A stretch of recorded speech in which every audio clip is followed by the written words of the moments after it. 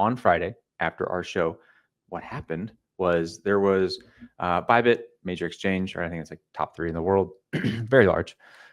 They were going through a normal transition of their cold storage to a hot wallet, right? Just normal operations, multi-sig, using safe, whatever, multiple people come on, sign the transaction. What had happened was these people come on to sign this transaction. Everyone has to confirm we're sending this many ETH to this address. Cool. The problem was all of these signers that had malicious software injected into their rig, their setup, whatever, such that whenever they went to sign the actual transaction, what was shown on their screen, right? It's like it was referred to as like a masked transaction. What was shown on their screen was not actually what they were signing on the back end, right? So what was a masked transaction? Yeah, he fucked that up. Yeah, masked. He meant to say masked. That's like the term. But yeah, masked. Right. I thought it was genuinely a masked one, which is like way more complex than a masked transaction. Yeah, like that was the question. That was like, I was like, is he lying? Is it? No, he meant to say masked. Okay. And it's a known thing. It's happened before. But the thing that was scary for this was the level of coordination required to pull it off, right? Remember, you have to identify all the people that are going to be signing this transaction. You have to then gain access to their PCs. You have to then like install malicious software such that it actually produces this hack. And then you have to hope that it actually happens, right? That it all, works that way. And it did. So what happened was everyone, including the Bybit CEO, they get on there, if you're going to sign this transaction, they all say, we're sending 1.4K ETH for our, however much, $1.5 billion worth from our wallet to our wallet. They click sign transaction. What actually happened was on the back end, the thing they were actually signing was send it from our wallet to North Korea's wallet, to Lazarus's wallet. Instantly goes there. Not really much you can do. They immediately start dumping it, swapping it.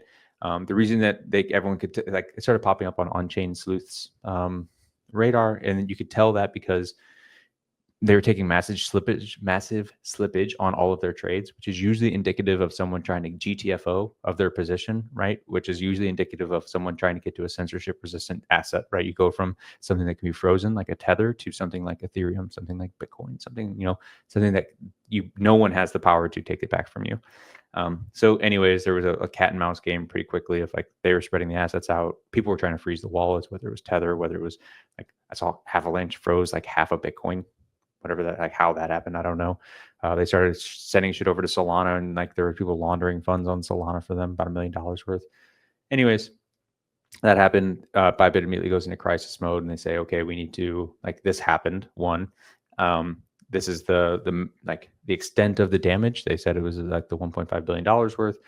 And we're immediately going to start working to close the hole, right? Because that becomes a liability for the company. They have, again, $1.5 billion in assets that customers thought they had on the site that they no longer have, right? If I thought I had an ETH, that ETH is now gone. They have to replace that ETH for me. Thankfully, Bybit is a very profitable business, and this is a small portion of their overall budget, not a budget, but like their balance sheet. So they began after that point filling it with loans from other exchanges. Like they got loans from BNB. Large whales started depositing. I believe they basically just started and frankly they started buying from the market. So the combination of those three things, again, whale deposits, loans from other exchanges, big players, and just straight up buying stuff from the market, has resulted in most of the ETH being returned back to the exchange. So the gap is closed. They said that they're going to have a Merkle root posted so that people can actually like validate on chain. So the proof of reserves that became popularized after FTX collapsed, right? Proof of reserves is just that you can come to the site and validate that your assets that you believe are owned by the exchange are actually within the control of the exchange without actually revealing any information. You just check that it's in the Merkle root. And yeah, so that'll be posted. People can actually validate that their stuff is there. And then Bybit now is just on the hook for repaying those loans over who knows what duration to all of these people. And yeah, we're and trying to recover the funds from Lazarus. Again, that's North Korea. Chances of that are very small. And who knows what they're going to do with it. It's basically removing that supply from the ecosystem for a while because they're known to sell their actual Ethereum over long periods of time as opposed to just like dumping it and getting out. And frankly, getting that amount out off on any off ramp is not going to be easy. So yeah, it's effectively just removed from supply for now. Yeah, I think that Zach XPT said that typically from Lazarus Hex, you can expect to recover like 10 to 15-ish% of that. Also, the irony of the timing, by the way, because I think on the show, what we did report is that on Friday, Zach XPT, the investigator, said he's going to take a couple of weeks off, don't get scammed. And then he was back to business with the largest heist in human history to deal with the Bybit shit. Yeah. North Korea is a top 15 holder now of Ethereum, I think is the last number I saw.